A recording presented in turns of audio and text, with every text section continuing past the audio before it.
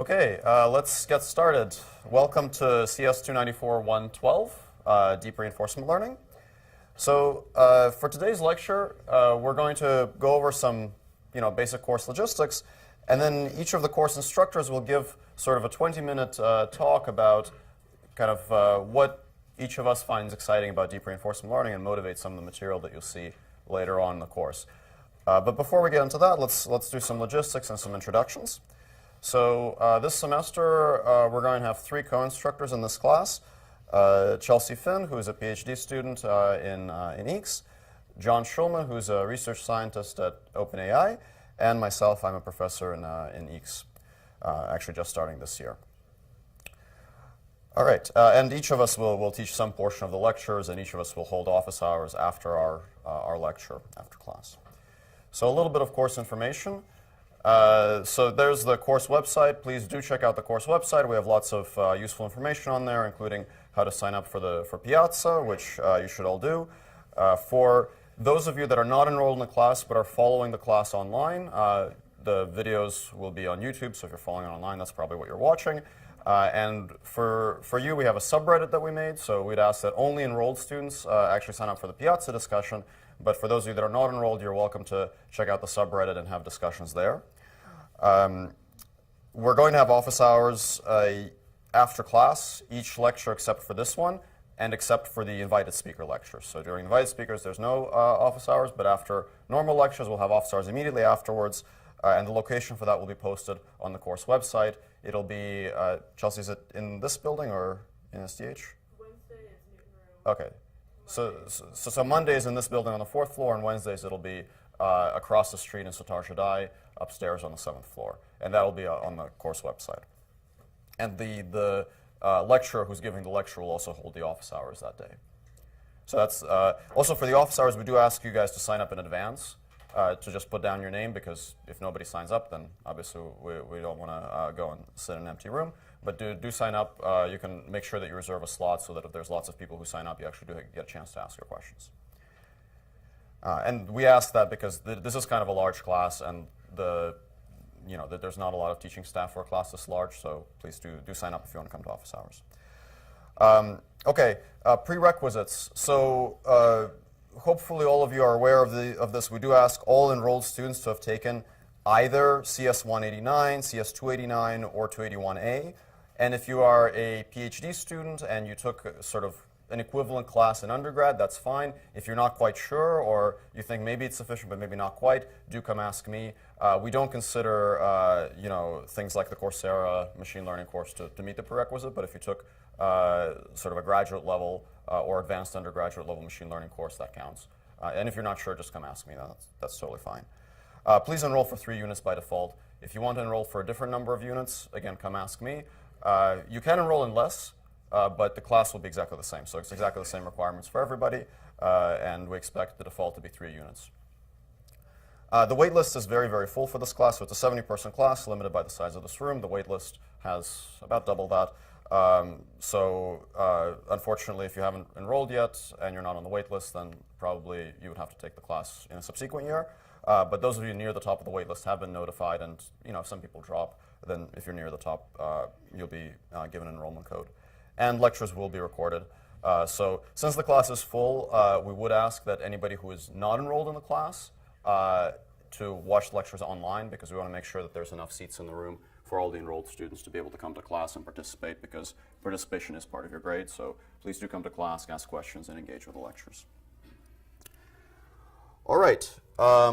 What you should know. So there's sort of the formal prerequisites. We want you to have taken 189 or an equivalent class. Assignments will require you to, unsurprisingly, train deep neural networks. And it's a good idea to be familiar with standard automatic differentiation tools for deep learning. You may use TensorFlow or Theano. I think by default, we'll sort of go with TensorFlow, but it should be possible to do the assignments in Theano as well. If you are not familiar with either TensorFlow or Theano, or feel like maybe you're a little rusty on that, or would like a bit of a refresher, we will kind of on demand, we will do a review section in week 2. Chelsea Finn will conduct that. But since we don't know how many of you want to come or what your backgrounds necessarily are, please do fill out that form. The link is also on the course website, so you don't have to write it down. But fill out that form. Tell us when you're available to do the section, if you want to do a section. And kind of a good rule of thumb is if you're not sure sort of if your background is strong enough, check out the TensorFlow MNIST tutorial. If you check out the TensorFlow MNIST tutorial and it's like super easy for you and you breeze right through it, then you're good. And if you feel like it's something that you're not completely comfortable with, then do come to the review section. And we'll get you right on track. Okay, so what will we cover in this class? So the full syllabus for this course is on the course website. And we're going to have sort of 5 main units in the class. It's a full semester length class. Last year we had a kind of a shorter version of this. This year it's a full length. And we'll really sort of cover deep reinforcement learning in the broadest sense. Basically, the many ways in which deep learning interacts with sequential decision making. So we'll begin with a relatively kind of gentle introduction where we'll talk about how supervised learning relates to decision making with things like imitation learning and behavior cloning. So we'll discuss that in the first unit next week and a little bit the week after that. And we'll also talk about model learning models of system dynamics and using those for decision making. Then we'll have a unit on basic reinforcement learning methods. So we'll talk about Q-learning, policy gradients, make sure you get all the math in place to really understand the core reinforcement learning algorithms. Then we'll switch gears again and have a unit on advanced model learning and imitation learning with things like learning to predict images, policy distillation, learning reward functions for demonstration, things like that. Then we'll switch back to core reinforcement learning algorithms, and we'll talk about advanced deep RL algorithms, things like policy gradient methods with trust regions, actor-critic algorithms. We'll cover deep Q networks and so on, and there will also be an assignment on both on advanced policy gradient algorithms and on deep Q networks. And then in the last sort of third of the class, when most of you are going to be working on your final projects, we'll have open problems, research talks, and invited lectures. And the purpose of that will really be to get all of you really familiar with sort of what is the state of the art now, what are the limitations, what are the big frontier questions, and really that should get you ready to think hard about the most important problems in this field, hopefully. And we also have an excellent slate of invited speakers lined up, and we'll probably be inviting 1 or 2 more. Okay, assignments. So we'll have 4 homeworks in this class. The homeworks will not be very large, so they shouldn't be too onerous. And then we'll have a final project, which is meant to be kind of a larger assignment. So the first homework will cover imitation learning. So we'll give you a little pre-trained policy, which will be sort of a substitute for a human demonstrator, and your job will be to experiment with some imitation learning algorithms to imitate that policy. Then we'll have an assignment on sort of basic reinforcement learning algorithms, kind of the core algorithms, which will not be deep reinforcement learning, but just shallow reinforcement learning to get you familiar with the algorithms. We'll have an assignment on deep Q learning, and then we'll have an assignment on policy gradients with neural network policies. So those will really get you some hands-on experience with kind of modern deep RL methods. And then we'll have a final project. So the final project, the expectation here is that this is sort of a research level project on a topic of your choice. You may form a group for this project of 2 to 3 students. You can also work by yourself if you'd like. We'll sort of adjust the expectations accordingly. There will be a final presentation and a final project report at the end. And you are more than welcome to start on the project early. So if you have some idea of the project you want to do, or you have some idea of the group that you want to work with, by all means do get started early. If you're not sure about the topic, just contact the course staff. We'll also have a list of prospective topics that can get you thinking about this stuff posted on the course website shortly. But you're also welcome to come up with something of your own. And we're generally fairly open-ended about the kind of projects you want to work on.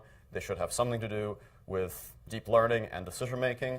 But we expect to be reasonably flexible on that. So if you're not sure if your topic fits, just let us know, and we can chat about it. Grades, most of the grade is going to be based on the final project. Each of the other homeworks is worth 10% of your grade for a total of 40%. And then if you are an enrolled student, we do expect you to come to class. You're welcome to watch the lectures and online and get a review of it, but we do expect you to come to class, and we'll have a little participation grade. So please do show up and make sure that you get that participation grade. For those of you that are standing in the back, there are a couple of seats here in the middle, although probably not enough for all of you. Yeah, hopefully in later classes, please do make sure that if you come to class, you are in fact an enrolled student. Okay, so as I said, the main purpose of today's lecture will be for each of the course instructors to give a little introduction with their own perspectives on DeepRL. And that's what we'll do next. But if any of you have any questions about course logistics, assignments, or anything like that, if you have a quick question, you're welcome to ask that now. Okay, yes? The number of units should be 3. You may enroll for less if you'd like, but it will not affect any of the assignments or our expectations. So if you have some technical reason to enroll for less, that's fine, but the same expectations for everyone. Okay, so let me get started with sort of my 20-minute pitch, and then we'll switch to the next instructor. So my portion of it will be a little bit high level, but then Chelsea and John will hopefully delve more into some of the details. So here's sort of my high-level pitch of this. In my work, I'm very concerned with how we build intelligent machines. And we can kind of go through this interesting thought exercise and ask ourselves, well, how could we build intelligent machines? One way that we can get started on building intelligent machines is we can think about, well, we have all these intelligent people, and we can try to figure out what is it that makes people able to have this kind of really flexible and adaptable intelligence, and how can we replicate that in machines? So if you want to build an intelligent machine, where would you start? Well, you can look at a person, you can look at a person's brain and say that, well, a person's brain can do all these different things. They have some part of their brain that does motor control, some part that processes visual images, some part that processes smells.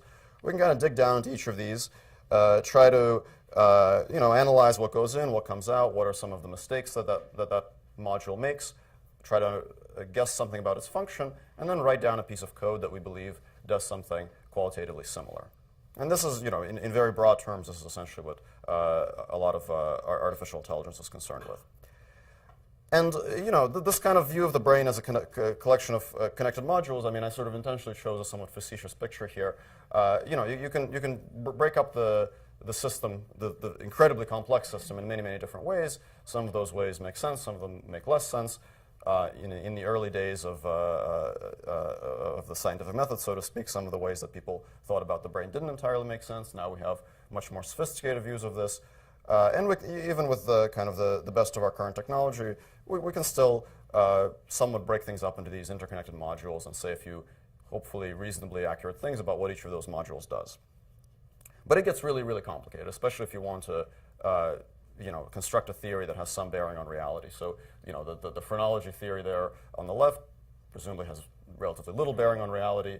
Our modern view of neuroscience hopefully is much, much more accurate, but is still dizzyingly complex when it comes to trying to think through how each of those components could be implemented in code in a computer.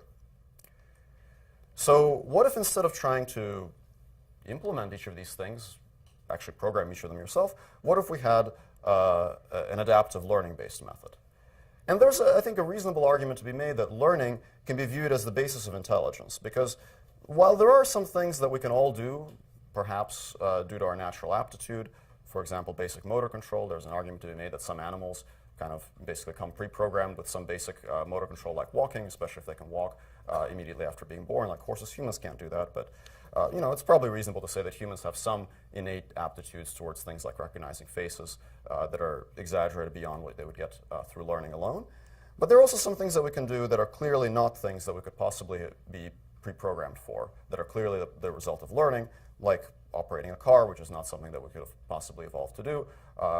So clearly learning is a very big component of our intelligence. And we can learn a very huge variety of things, including very, very difficult things. So with a little bit of a leap of faith, we can make the argument that, well, perhaps our learning mechanism is so powerful that even if we do have some things that are innate, perhaps that's sort of not the strict minimum necessity for some degree of intelligence. That if once you have a sufficiently powerful learning machine, then it can learn everything it needs to behave intelligently and adaptively. So therefore, the learning mechanism is powerful enough, and if we can just figure out the right learning mechanism, we could have that power without having to manually program each of these modules and figure out how they're wired together. This is sort of the high-level hypothesis. Of course, it may in practice be very convenient to hard code a few basic things, for example, to get the process bootstrapped. But the big challenge might just be to get the right learning mechanism.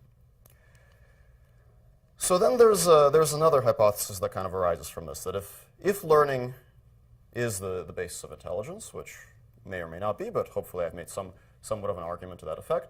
If that is the basis of intelligence, then is it the case that you need sort of different learning mechanisms for each of the individual modules? So have we actually won ourselves anything, or have we simply replaced the problem of building a bunch of modules manually with the problem of building a bunch of learning algorithms manually? That's a good question, a fairly deep one. And it may be that it's sort of bad news, and the learning mechanism you need to learn how to see is completely different from the learning mechanism you need to learn how to move, which is different from the one that you need to learn how to smell, and so on. And then we perhaps won ourselves a little bit. Maybe building those learning algorithms is easier than building the individual modules, but we're still kind of in this really painful systems building problem. But perhaps that's not the case. Perhaps it's enough to build one or a small number of very flexible algorithms that can then accomplish the job of actually building each of these modules. And there is actually a little bit of evidence that suggests that perhaps this is the case.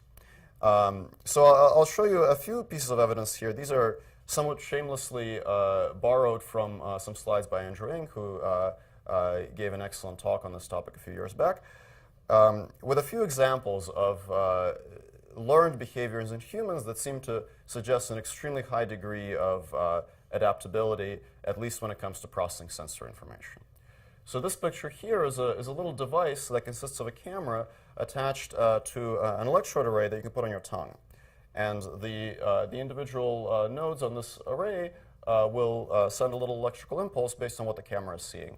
And it turns out that you could actually do a test on a human subject to test their visual acuity when their eyes are covered or closed, or if they're blind, and show that indeed using this little tongue-based electrode array with signals coming from the camera, they have some degree of visual acuity, which essentially means that you can learn to see with your tongue. Now, clearly the tongue was never designed for this, and I'm at least not aware of any animals in nature that see with their tongue, but people can figure that out, and that suggests a very, very high degree of adaptability, in this case in the somatosensory cortex, that perhaps is not easily explained with the modular view over here. People can learn to use sound and their voice to localize objects and obstacles. This is called echolocation. There are examples of echolocation in nature in animals like bats. People aren't sort of out of the box equipped to do that, but with enough practice and enough incentive, turns out that you can actually do a passable job of it.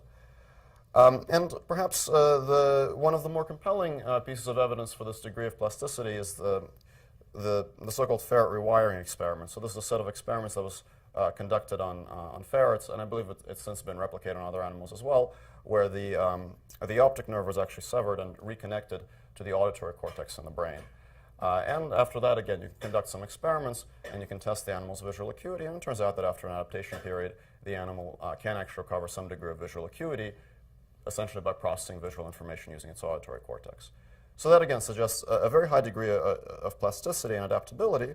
And in fact, anatomical studies sort of also suggest that at least the neocortex is sort of somewhat uniform throughout different parts of the brain. So that if you, at least at a coarse level, if you look at the composition of the auditory cortex or the visual cortex, there's not any gross anatomical differences that immediately jump out at you, which further supports this idea that perhaps there's sort of a single uniform substrate that's adaptable enough to process all of these different kinds of sensory information. Okay, so maybe this is not completely open and shut case, but some convincing evidence that a certain degree of plasticity is present, and perhaps there's a single adaptation mechanism that allows each of these components to adapt to process the information that they're receiving. So if we buy into this idea that perhaps a single algorithm can perform the job of all these different modules, or at least can train all these modules to perform their job, then we can ask ourselves the following question. If we'd like to design a single algorithm that can be the basis of learning-based intelligence, what does this algorithm need to be able to do? Can we at least write down some sort of bare minimum things that it needs to be able to do? Well, it needs to be able to interpret rich sensory signals. At least for us, our sensors are actually quite complex. They don't seem to be particularly optimized to produce low-dimensional inputs. So, our sense of touch is extremely high bandwidth. Our eyesight is unbelievably high bandwidth. And there are ways to compress this information, but for whatever reason, we don't do it. And the most obvious ways to endow our machines with senses like this also would be very high bandwidth, things like cameras, LiDAR, and so on. So it seems like being able to process rich, extremely high-dimensional sensor information is a crucial component of having this kind of learning-based intelligence. And then the other thing is that we need our intelligent machine to be able to choose complex actions. And here again, it's actually the same story, that there are ways to build actuation mechanisms that are extremely low-dimensional, that have a very small number of commands that give rise to complex behaviors. And that doesn't appear to be what's going on, at least with humans. With some animals, especially insects, that sometimes is the case. With humans, it's not. We have actually more muscles than we have degrees of freedom in our skeleton. The system is overcomplete, and somehow that doesn't seem to be bothering us very much. So it seems like we're able to deal with complex actions, with complex, very high-dimensional outputs just fine. So then we can kind of hypothesize that we need to be able to interpret rich sensory signals, and we need to be able to choose complex actions. So why is it kind of a good idea to look at deep reinforcement learning and related methods as one of the ways to get there? Well, the deep part refers, I guess, traditionally to training deep neural networks, but more generally large high-capacity models. That has proven to be a very effective way to process complex sensory input. So if you have to process complicated, very, very high-dimensional input that involves all these different complicated factors of variation all superimposed together, it seems that large high-capacity models like deep neural networks do a remarkably good job of that, probably better than any other mechanism that we know today. So it seems like a good idea to include that as one of the ingredients. And more generally, deep neural networks are very good at computing all sorts of really complex functions. So while we have very, very convincing evidence that they're well suited for dealing with high-dimensional sensory input, it seems reasonable to hypothesize that they might also be really good at dealing with very high-dimensional outputs and computing really complex functions. And why reinforcement learning? Well, the reason for that is that, as I mentioned before, we need to be able to choose complex actions. And deep learning by itself doesn't actually tell us much about how we can make decisions. It just tells us how we can build very expressive models. So the reinforcement learning part is there because that's what's going to give us, hopefully, the algorithmic tools to be able to reason about making decisions. And in some ways, sort of the deep and the reinforcement learning parts are two separate questions. Deep is about representation, and reinforcement learning is about algorithm. And it's not that we need any one particular reinforcement learning algorithm, although maybe we do, we just don't know about it yet. But it seems like we need something that can solve the reinforcement learning problem, the problem of choosing good actions in situations that don't give you dense supervision. And we'll define reinforcement learning more formally in subsequent lectures as well.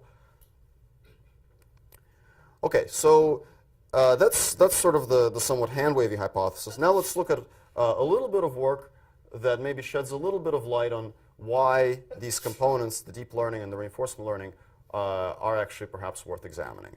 So first, I'm going to briefly talk about this paper from Andrew Sachs and a few other students from Engineering's group. This is from 2011, that examines features, sensory features learned by deep neural networks, and compares them to the statistical properties of features observed in sensory cortices of animals and humans.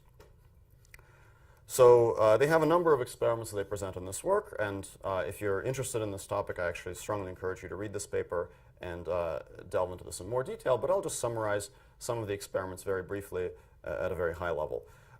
So their experiments on visual data show a few really interesting things.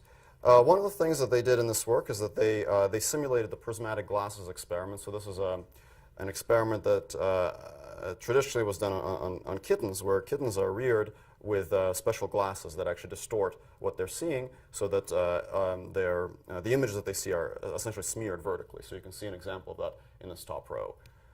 And what this experiment is meant to test is how do the visual features that are learned by the the visual cortex of the cat, how are those visual features altered based on the kind of perceptual data that it receives in the critical phase of its life. And you can if you run this experiment, if you have a lab that works with kittens, you can find out that the sensitivity in the visual cortex to features with certain orientations unsurprisingly changes if all the things that the kitten sees in its life are things that are these vertical bars versus if it sees more natural images. So the statistical properties of the features change. In particular, their sensitivity to orientation of edges changes, which makes sense because if it only sees vertical edges, it presumably will not understand what horizontal edges do. But you can repeat the same experiment with deep neural networks. You can, in their case, they run an unsupervised learning algorithm on natural images and on images that have been distorted in this way, and they find that actually the gross statistical properties more or less line up with the ones that are observed in the kitten rearing experiments. They conduct an experiment sort of in a similar vein on auditory data, where they again look at sensitivity, in this case to frequencies, between auditory cortices in animals and a neural network trained on, I believe, speech data. The last experiment that I'm going to mention from this paper that I thought was actually really creative is an experiment to try to evaluate features for the sense of touch and compare that with what's observed in the somatosensory cortex. And for this experiment, the animal data actually comes from a macaque, where there's a device that actually, it looks a little bit like a drum with indentations on it. The macaque puts its hand on it, and then the drum basically touches the hand in different places. And they have an electrode in the monkey's brain, and that records basically the sensitivity to different tactile features. Yes? Wouldn't you expect to see the same statistical change in any universal approximator? Yes, and I'm going to get to that at the end of the slide. Yeah, that's a very good question. So with the touch experiment, there's this drum mechanism for getting the data from the macaque, which they didn't do in this paper. They actually just cite a previous work that does this. And then to train the deep network, deep networks aren't connected to human hands typically, so what they actually do instead is they get this funny blue glove, and they have a person handle an object that's been dusted with this white dust. And then once the person has touched the object, they put the glove on a piece of paper, record an image of it, and that gets them these kind of touch impressions. And then they train their unsupervised deep network on it, and again look at the statistical properties of the features that they learned. And again, the gross statistics agree. Of course, in the details, things are a little different.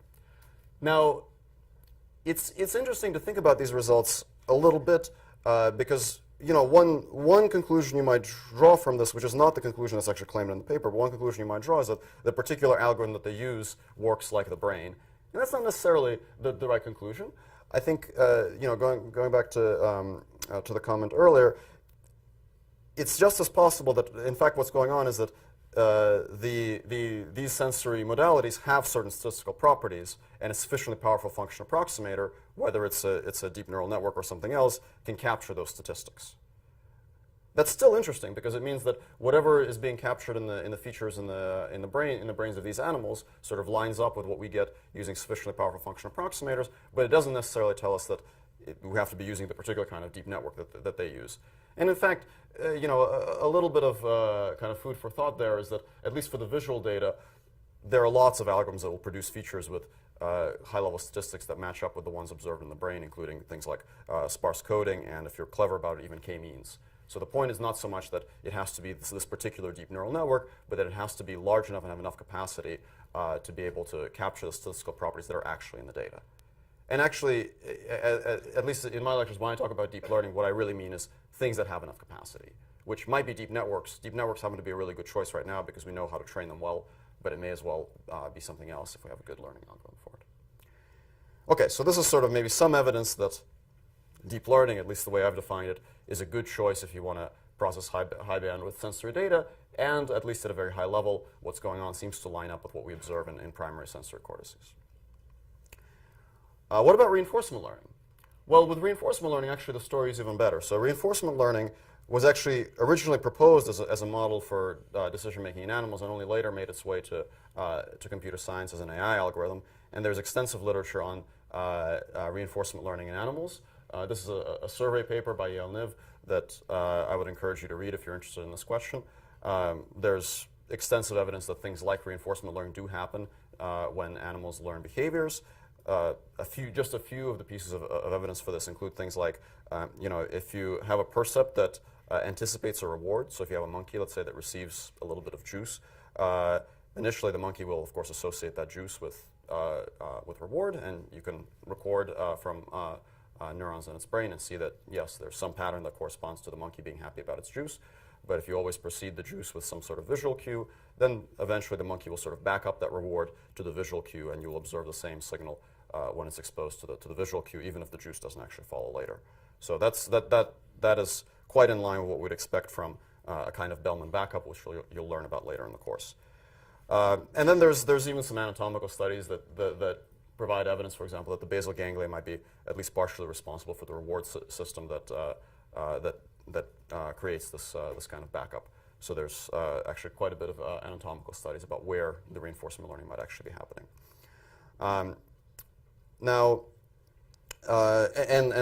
sort of the preponderance of evidence seems to suggest that model-free reinforcement learning, like adaptation, is often a good fit for the experimental data of animal adaptation to changes in their environment. But not always. And I'll get back to this point later when I talk about some of the limitations of our current understanding of deep RL. So what can deep learning and RL do well now? And my co-instructors will talk about this in a little bit more detail, but at a very high level, deep reinforcement learning right now is very good at acquiring a high degree of proficiency in domains that are governed by simple and known rules. So a few of the examples that you might already be aware of, things like AlphaGo or playing Atari games, quite complex domains where complex behavior is a consequence of relatively simple rules. So in AlphaGo, the rules of the game are well known and well understood, so you can simulate a large amount of experience from that system. And even though it gives rise to tremendous complexity, since the underlying generator is simple and known, you can generate all this experience. And the same broadly holds true for Atari games as well. DeepRL is quite good at learning simple skills with raw sensory inputs given enough experience. So this is an example from some research done at Carnegie Mellon that I'll hopefully discuss later on in the course, where a robot learned how to grasp objects by attempting many, many different grasps and then correlating the images that it saw with success or failure. So here, this method was very effective, but partly it was because the skill itself was relatively simple, and it's really the sensory input that's really complex. Some of the experiments that we did here at Berkeley, a lot of this was done by Chelsea Finn, involved training a robot to perform some manipulation skills. And here again, it's kind of the same story, that there's some complexity in the motor control, but a lot of what the deep learning is really doing really well is processing that sensory input, and then combining that with a little bit of reinforcement learning to get a little bit of motor control complexity. And then the other big success of deep reinforcement learning has been in in imitation learning. I'm using the term reinforcement learning here quite broadly, is in imitating human behavior. So if you get a very large amount of human demonstrations of, let's say, a person controlling a robot, a car, or a flying vehicle, you can actually do really well at trying to mimic that behavior. Again, processing raw images and raw sensory inputs, yes. Going back to what you were saying earlier with intelligence, you talked about processing complex sensory inputs as well as actions. What about language? Yeah, so in this section, I actually intentionally didn't get into language, partly because I don't know as much about it, but partly also because I think there's a reasonable argument to be made that at the stage where we're at now when it comes to building intelligent machines, there are animals that don't have language, but have substantially more capability than the best autonomous systems that we can build. So intelligence, it's not necessarily limited to humans, right? It's sort of tempting for us to think that we're really, really smart, and therefore the only thing we should look at is humans. But actually, I have no idea how to build a robot today that is as adaptable as a rat, for example. And it's not just because the rat is mechanically really, really cleverly built. It's because the rat is very smart and adaptable, but doesn't have language. So I think language is really interesting. I think that perhaps there are other things that are kind of more pressing challenges if we're particularly concerned about trying to find the most direct line to more intelligent systems. Okay, so what has proven challenging so far? So what are the things that are kind of perhaps badly lacking? Well, one of the things that humans can do, and animals as well, including the rat, is learn very, very quickly. So this is a picture of a little experimental setup that's quite popular in studying human motor control, where a person is asked to move this lever between 2 points, and there's a perturbation that is introduced. So this lever is actually powered, and it will push the person kind of off course, and the person has to adapt and compensate. And people can actually adapt and compensate for this very, very quickly, substantially more quickly than kind of conventional reinforcement learning algorithms would lead you to suggest.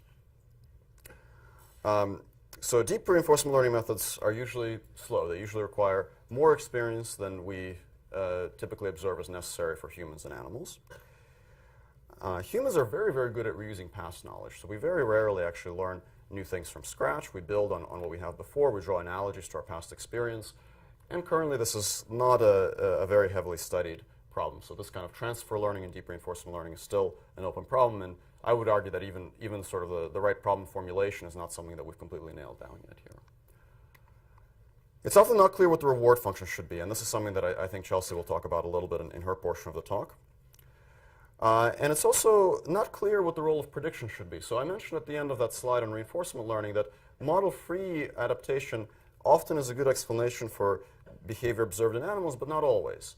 And it's because animals, and especially humans, don't always adapt in a model-free way. We use our ability to predict the future to adapt more quickly, and it's not yet clear in the world of reinforcement learning how this kind of model-based learning fits with the model-free learning, whether it's sort of a hard switch between the two, whether it's some combination of both, and even like how do we decide which one to use when. So that's still very much an open problem, and may in many ways be related to the first point about learning very quickly. But at a very high level, I think that the last thing I want to leave you with in this portion of the talk is that we can approach AI in a few different ways. We can approach AI from the standpoint of saying that, well, we have all these different things that we want our machine to do. We want to find out a way to do them. We want to implement those in code. And that's a very reasonable kind of system building way to go about it. But perhaps what it might make sense for us to do is to try to distill the system down to its basic individual components and try to come up with algorithms that really are the simple parsimonious generators of the complex intelligent behavior that we want to see. And I will say in the end here that this is not by any means a new idea. So there's a quote that I like very much that I'd like to share with you here. Instead of trying to produce a program to simulate the adult mind, why not rather try to produce one which simulates the child's? If this were then subject to an appropriate course of education, one would obtain the adult brain. This was Alan Turing. All right, so I'll switch now to one of you guys. Maybe it makes sense for you to go first, John? Sure, yeah. Are we going to give the students a break? Yeah, maybe you guys want to take like a little 30-second break to get up and stretch your legs a little, and then Okay. while I switch with John here. The what? The what? The chair. Oh. Yeah, that you need to use that. Oh.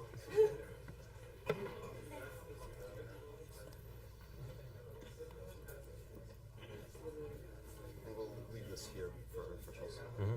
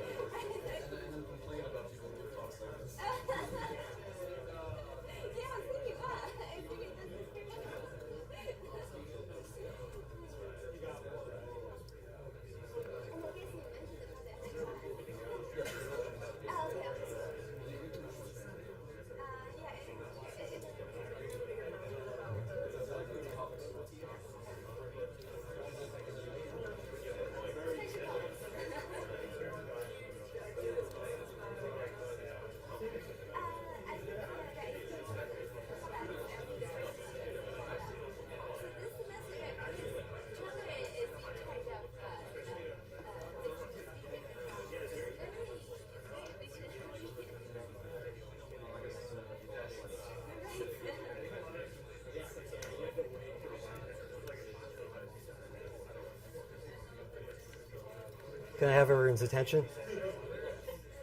Do I need to press the... You don't need to use that. Okay. So This is recording, okay. Yeah. They're both recorded. Okay. Okay, can I have everyone's attention? Thank you. So I'm John. I think, was there an intro at the beginning of the class? Okay, I unfortunately. We all know who you are. Okay. Yeah. So I'm gonna. So Sergey gave a very nice, motivating, inspiring introduction with neuroscience and everything. I'm going to talk a little bit more about the formalism of reinforcement learning and what is reinforcement learning and what isn't reinforcement learning. So reinforcement learning is concerned with taking sequences of actions. Usually, this is illustrated using an agent and an environment.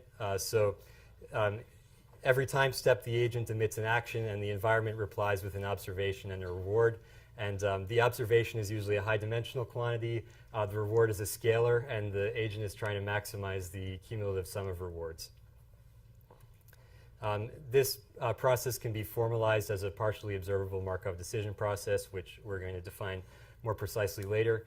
POMDPs and MDPs are, in a way, the key mathematical objects in reinforcement learning. However, not everything we're going to talk about in this class is how to maximize rewards in POMDPs, because, as Sergey pointed out, sometimes you don't have the reward function, for example, in imitation learning. So to be more inclusive, we might say that deep reinforcement learning will be about how to solve POMDPs and also some things that aren't POMDPs. Which means it's how to solve everything. Yeah, right. Let's just give a few examples of what the observations and rewards might be in different kinds of problems. So in robotics, your observations might be camera images and joint angles for the robot. Actions would be, for example, joint torques. And the rewards would depend on the precise problem that you're trying to solve, but it could be to stay balanced or navigate to some target locations or something more abstract, like serve and protect humans. Another motivating application for reinforcement learning, which has been around for a while, is various decision-making problems in business operations. So one classic example is inventory management, where you have observations are your current inventory levels, actions are how many units of each item to purchase, and rewards are your profit. Reinforcement learning is also starting to be used a lot in other machine learning problems that don't look exactly like decision-making problems, but it turns out that it's natural to solve them that way. So one example is classification with so-called hard attention. So in normal image classification, you have an image, and you have to figure out if there's a cat in that image or a dog in that image. And so the problem is, what if it's a really big image? It might not make sense to just take the whole image and pass it into your neural network. It might make more sense to solve it the way a human would solve it, which is you see a little thing in the corner of your eye, which might be a cat or a dog. Then you point your eye at the object and look at it in high resolution, and then you classify it as a cat or a dog. So if you want to do this kind of thing with a neural network, what you might do is you might want some kind of model that decides how to crop the image. So it looks at the image, then it figures out, I want to look at that corner of the image, and then it crops it there. And then outputs its classification choice. So in that case, your observation would be the current image window, action would be where to look next, and reward would be +1 if you classify it correctly, for example. This is also used in a lot of domains other than image classification. Another area is where you have to output some complex object with your neural network instead of just a classification decision like cat versus dog. So for example, in machine translation, where you have to output a whole sentence translating from one language to another. So in this case, your observations would be words in the source language that you're translating from. The actions would be to emit words in the target language, and your rewards would be some kind of metric of how accurate your translation is, how good your translation is. So we're fortunate enough to have a guest lecturer, Mohammed Narouzi, who's going to talk about his work on this topic later in the course, using reinforcement learning ideas to help with machine translation. Okay, what is deep reinforcement learning? Sergey already gave some nice definitions of it in terms of representation learning. you can usually take the word deep and put it in front of any machine learning concept, and it means that at least one function is going to be approximated by a neural network. So the nice thing about reinforcement learning is you actually have a lot of creativity in where you're going to put your neural network, as opposed to some other fields where there's basically only one sensible choice. So there are basically at least three choices of where to put it. One place is you could try to approximate a policy, which is just a function that outputs actions as a function of your history of what the agent has seen so far. Another choice is to approximate a value function, which is a function that tells you how good a given state is, which states are good and which states are bad, or measures the goodness of a state-action pair. Or lastly, you could try to approximate a dynamics model, which is trying to approximate how the system is going to evolve over time. So for example, in robotics, you're trying to approximate physics to figure out where's the robot going to be 1 second later. So one natural question is, how does reinforcement learning relate to other machine learning problems? So in supervised learning, you're outputting a label to classify something as a cat or a dog. Isn't that also a decision? So isn't that also decision making? So the key thing, in the next few slides, I'm going to talk about what's the difference between reinforcement learning and supervised learning. So, don't dwell too much on the notation I'm using. I'm just trying to make them use the same variable names. So in supervised learning, the environment samples an input-output pair. X is your input, Y is your output from some distribution.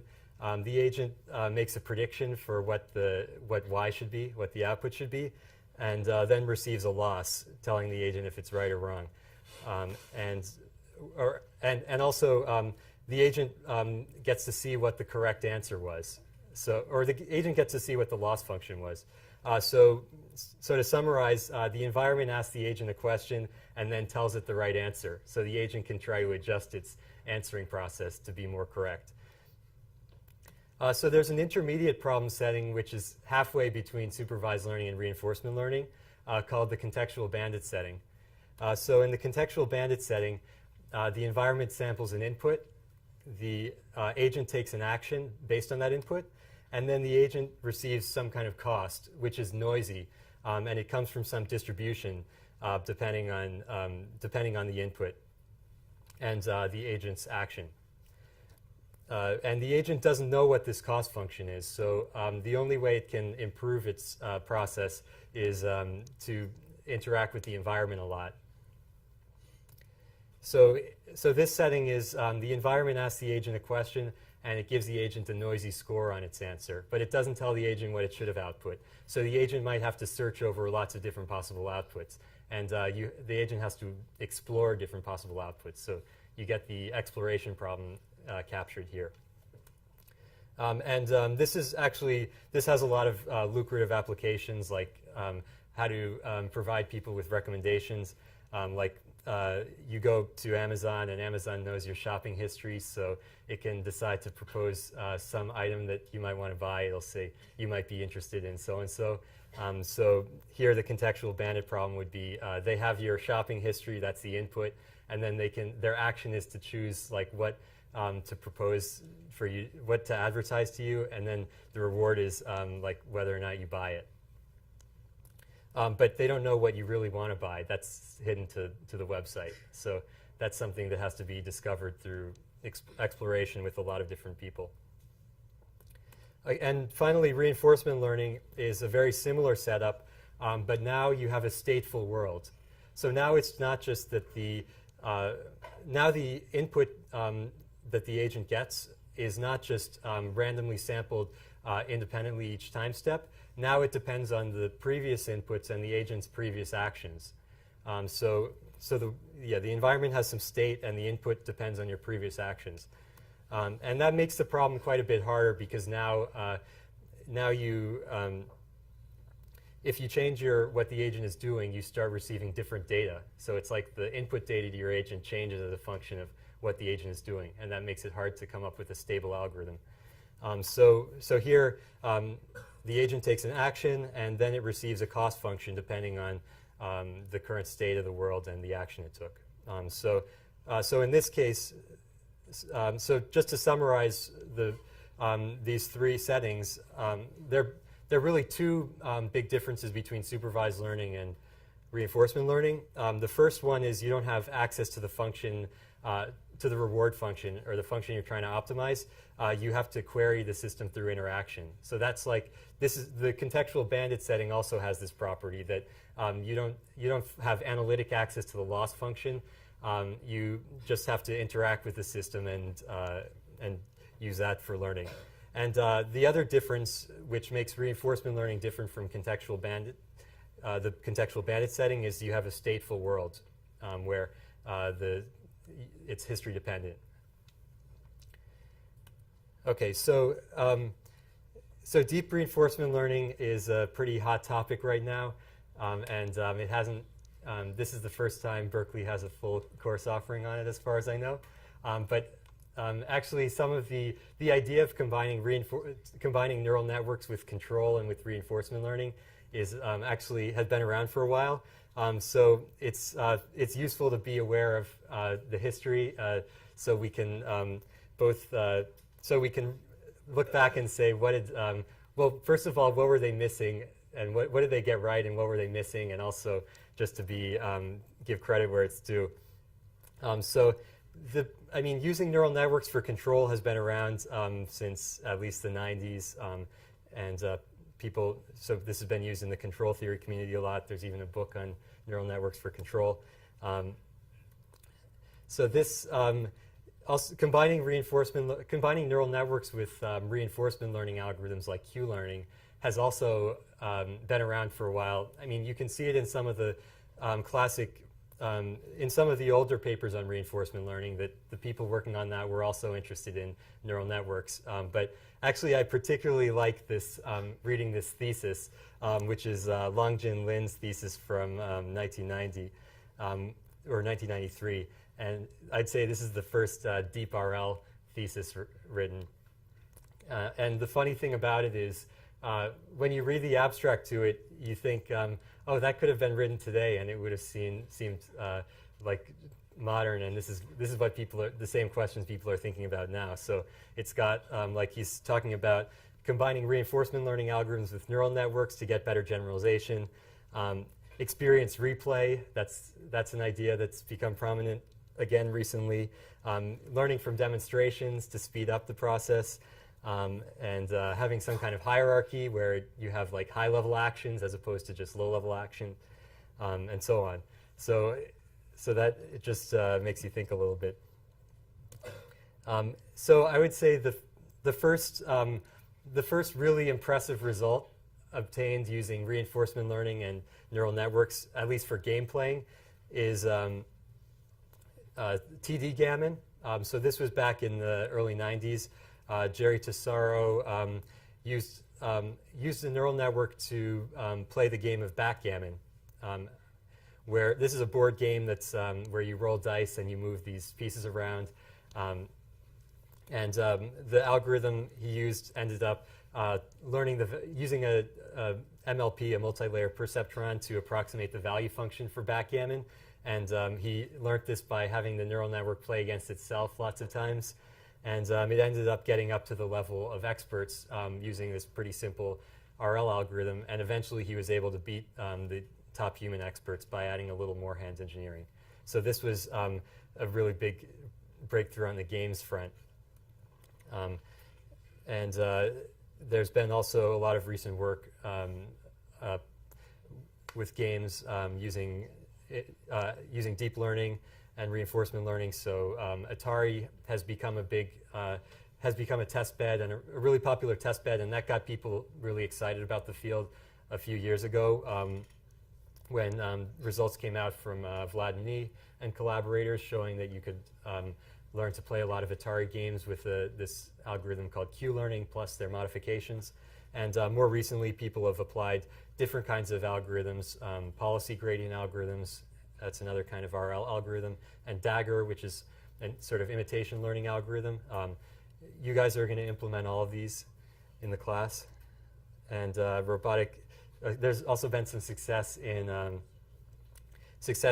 the robotics domain. So here are my two co-teachers in an awesome picture, along with our advisor, Peter Beal, using guided policy search. That's an algorithm that we'll learn about later in the class to learn robotic manipulation behaviors really fast.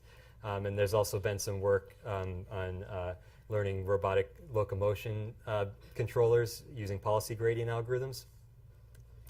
And maybe the recent result that got the most press is AlphaGo back last year, where this team from DeepMind was able to get a program to beat the world champion, the Go world champion, or one of the top players in the world at Go. This approach actually combined a lot of different ideas. It wasn't just like one algorithm, one simple algorithm that was applied at large scale. There was sort of a grab bag of different tools, many of which we'll learn about in the class. So they use supervised learning, where you train from tons of expert games to try to predict what the experts are going to do. That's just learning a classifier that maps from the board state to the 361 outputs of which move you're going to take. So that's the supervised learning part. Policy gradients, that's another kind of RL algorithm we're going to learn about. Value functions, and also Monte Carlo tree search, which is that's a more classic technique that goes and searches all the possible moves from either player. All right, that's all for my slides. Chelsea?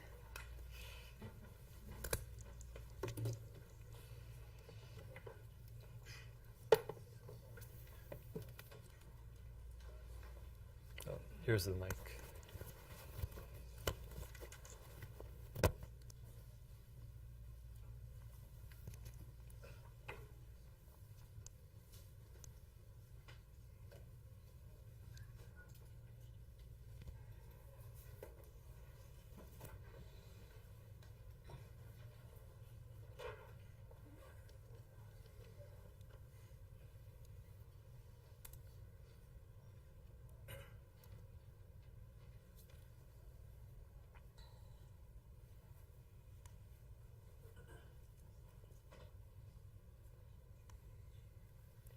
Okay, so John talked a lot about reinforcement learning and a lot of the powerful framework of learning from reward functions and learning from learning in sequence. And what I'm going to be talking about is how we can go beyond that, because reward functions, I guess I'll start with saying, here's an example of an Atari playing agent that John mentioned earlier, where the agent has learned how to play the game of Breakout. And the way that it learns this game is by looking at the score, where the score is the reward function. But in many real-life scenarios, for example here, it's unclear what the reward function would be. So in Atari, every time you hit a block, you get some feedback saying you're doing well at the task and you should improve and continue to do tasks that will give you those rewards.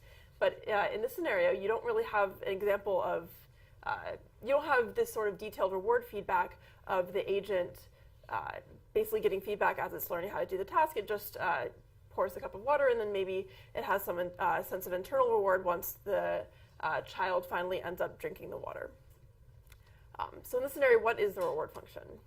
And in general, in the real world, humans don't get a score. And so it's clear that plain reinforcement learning from rewards isn't the answer for a general algorithm for intelligence. So what else can we do? So as John mentioned, there's a lot of successes in reinforcement learning, including backgammon, Atari, AlphaGo, as well as locomotion. And one theme that you might notice in all of these tasks is that there is a very clear notion of what the reward function might be, like the score of the game, whether or not the game was won at the end, or forward progress in locomotion. But in many real-world domains, the reward function is actually going to be quite difficult to specify.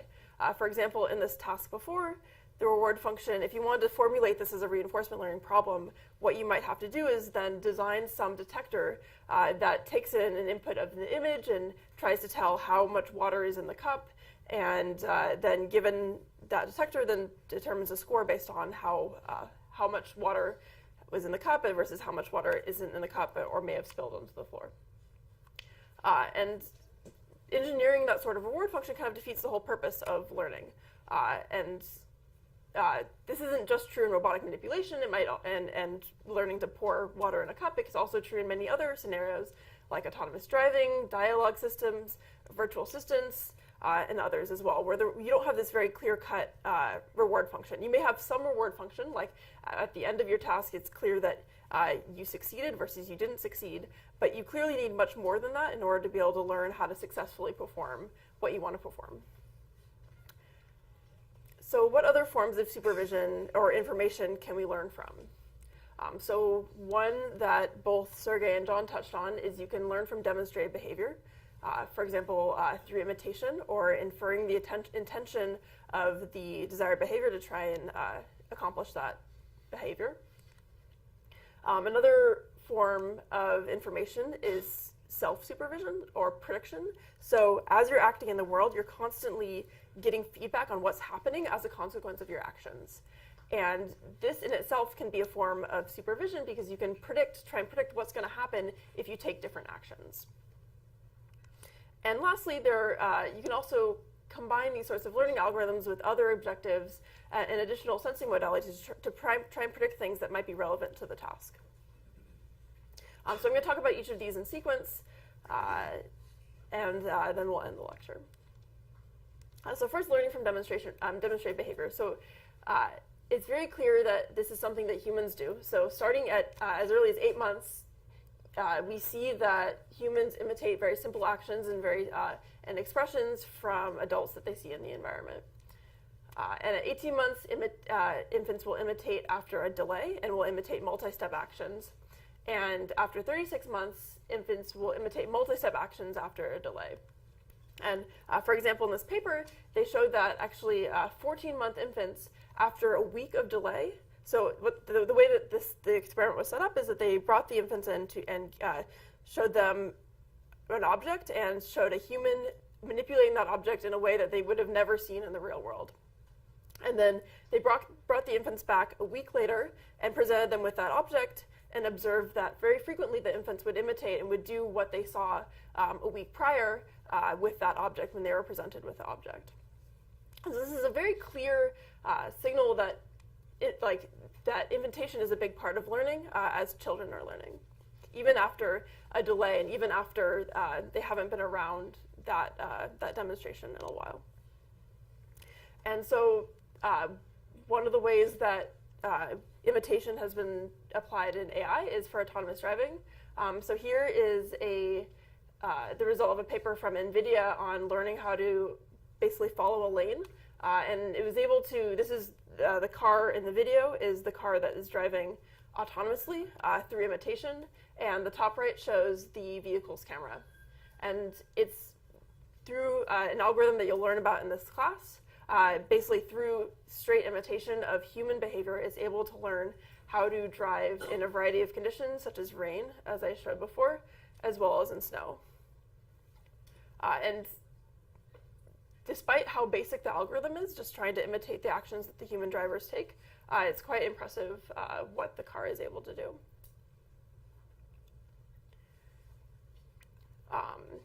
Yeah. Is there like a way to like evaluate how good like an imitation learning algorithm is? Because there's no really reward involved. So like how do we know like whether it's having a good imitation or not? Yeah, that's a good question. So the question was how do we evaluate these sorts of systems that are learning via imitation or learning from demonstrations in general? And this is a challenge in a lot of problems where you're not learning from reward. Because if you're learning from reward, a lot of the ways the main way that you evaluate it is how high of a reward can you get. In this situation, it's less clear cut, and usually the ways for evaluating it are task-specific or domain-specific. For example, in this case, you may a common way to evaluate driving systems and mobile robotics is the operation time without crashing, the the number of times a human has to take over for a sequence, and also if it's a non-driving task, it might be you might have a specific task that you set up that you're trying to imitate, that you're trying to learn, and the success rate is how you measure it. But a lot of those are pretty manual processes. You can also define a reward function for this task and set it up as an MDP where you have demonstrated behavior and then evaluate reward, but that then you have to set up a reward function, and then why not learn from the reward function in the first place? Okay, and beyond imitation, it's also, there's evidence that humans are doing more than just imitating actions, but imitating the result of an action, and specifically inferring intentions. So in one paper that was done in 2006, they showed that here's a human demonstrating a task, or actually failing to actually complete the task, and you'll see the infant that's 18 months old in this case is able to understand what the human wanted to do and help the human complete the task.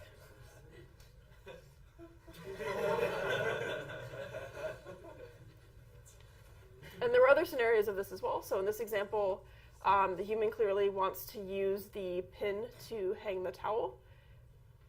And the infant, even at 18 months, is able to understand the goal and able to help the human complete the task.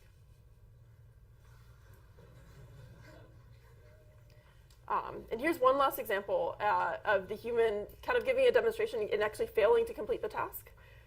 And the infant is able to figure out the task.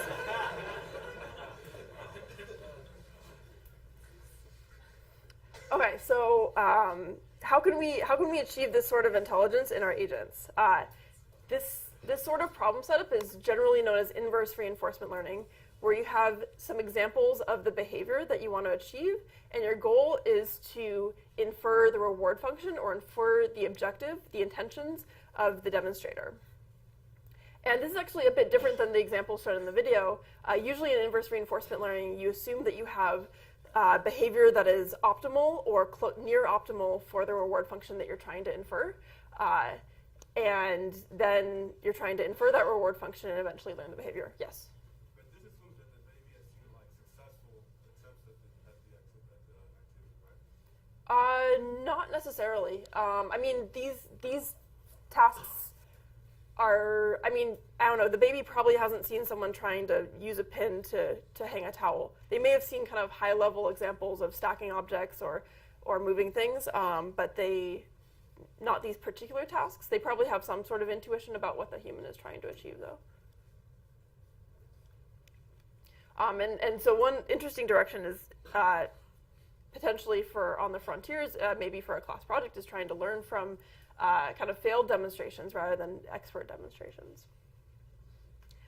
So one of the things that you'll learn about in this class is the kind of the formal setup of inverse reinforcement learning and how you can develop an algorithm for inverse reinforcement learning that infers the reward function of demonstrated behavior. And so some results that we did this year, this is me demonstrating a task with the PR2 robot, specifically putting a plate into a dish rack, and through an inverse reinforcement learning algorithm is able to infer the reward function of the task, and then successfully learn behavior using that inferred reward function. And so in this case, the reward function that it learned entails both being gentle with the plate and manipulating it slowly, as well as successfully completing the task.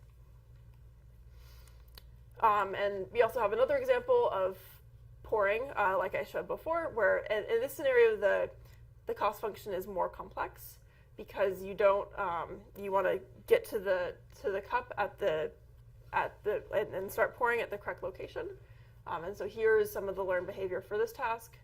And actually, back to your question on evaluation, the way that we decided to evaluate this is we put almonds in the cup and we measured how many almonds ended up in the goal cup.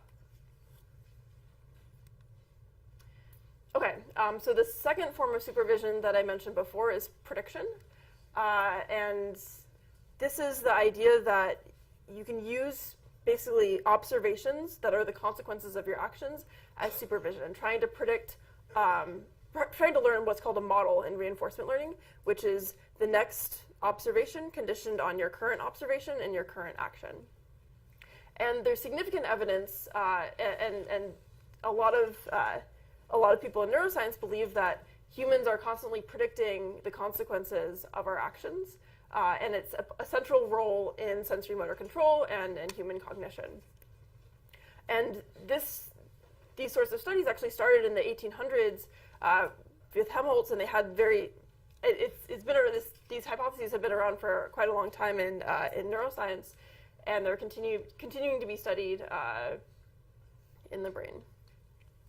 And so I guess the first thing to say about this is that if you have a perfect model of the environment, if you can perfectly predict what's going to happen next, given your current state and what action you take, then you can actually optimize for very complex behaviors. And for example, one thing that you can do with that is that you can simulate what could happen for any possible action that you take, and then pick the action that you like the best, or choose the action that will achieve the goal that you want to achieve. Or you can also optimize through that model. And so here's an example of some behavior learned with a perfect model of the environment. This is work by Jitan when he was at Georgia Tech. And they learned, here is the agent is cycling on bumps. Here is cycling down a set of stairs. And this sort of behavior is much more complex than is really currently capable of achieving in the real world. And it's very impressive. And the way that they achieve this behavior is using the simulation model of the world. Here's another example of hopping over curbs.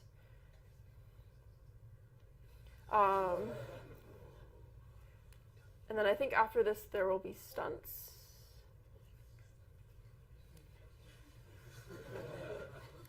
And this isn't the only example of using models. Another example is, there's a lot of examples of learning locomotion, learning other skills. Question? When you say that the model is perfect, meaning it's deterministic? In this case, I believe it's a deterministic model. And so that certainly helps. But what I meant by perfect is that it knows exactly what's going to happen, and that it is, in this case, it is deterministic as well. So it's differentiable, so you're learning that. So oftentimes people don't use differentiable models. They might use finite differences to infer, but there are actually some cases in research where people use differentiable models.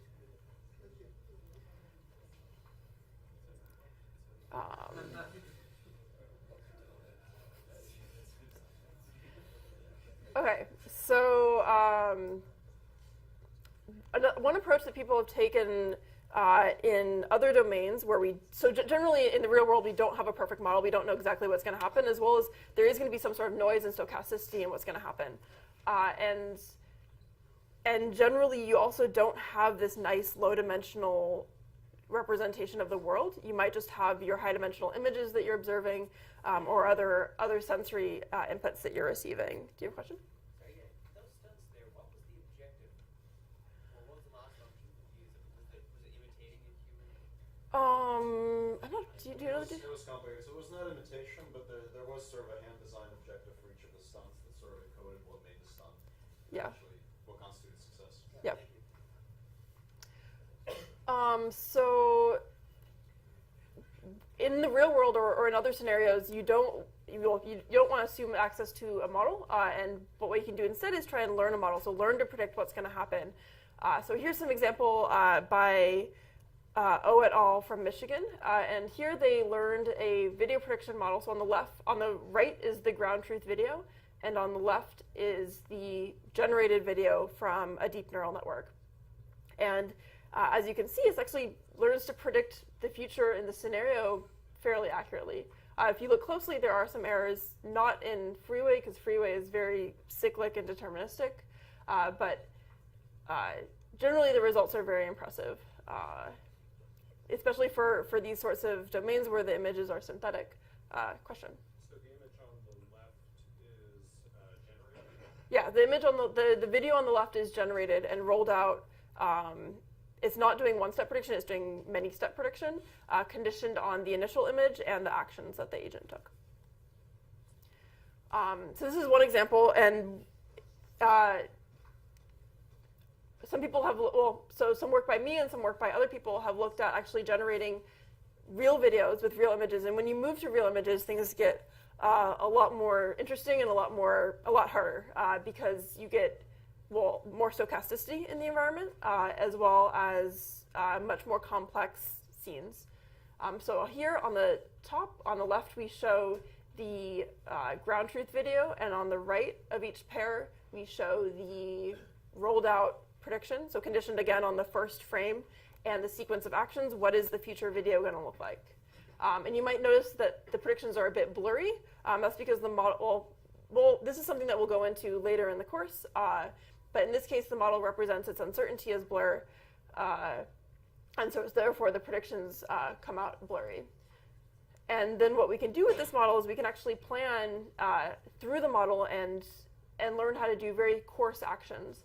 For example, here the goal was to push the water bottle slightly to the left. Here the goal is to rotate the bottle. We were able to learn some very coarse actions by just planning through this model once we had the model of the visual space. And so to finish up, the last thing I'm going to talk about briefly is auxiliary objectives and sensing modalities. So I don't know if this is something that we're going to touch on in great detail in this course, but I think it's something worth mentioning, is that there's many other sources of supervision that you can use to kind of aid your learning, especially if you're trying to learn some big neural network function and you're trying to learn the representation from the observations up. It's very helpful to have other forms of supervision beyond a reward function or beyond a demonstration that can aid that representation learning. And so some of the sources of supervision could be other sensing modalities like touch, audio, depth, if you have that information. So there's been some recent work by some folks at DeepMind, Morosky et al. And Yatterberg et al. On combining these sorts of auxiliary modalities to learn more efficiently. There's also learning multiple related tasks at the same time. And so if the tasks are related enough and need to share a representation, then that learning multiple tasks can hopefully aid in your representation learning. And lastly, if you know something about the task and you know some properties of the world that are relevant to that task, then you can predict those properties, and that can also aid in representation learning. And so, well, first note that RL can be combined really with any of these forms of information.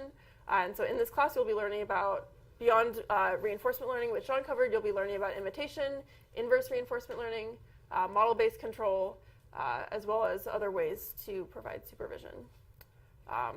Sergey, do you have anything you'd like to add to close? Okay, just one last question, one last comment. For those of you in this class or not in this class, this is sort of a deep reinforcement learning class with assignments and projects and so on. But actually, in parallel to this, there's also a seminar series on deep learning that I wanted to tell you about. That's going to be on Mondays at 1 p.m. Also in this room. That's CS 294-131.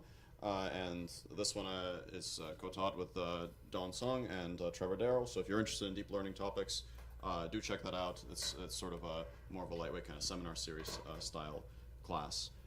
And yeah, we'll see you all next week.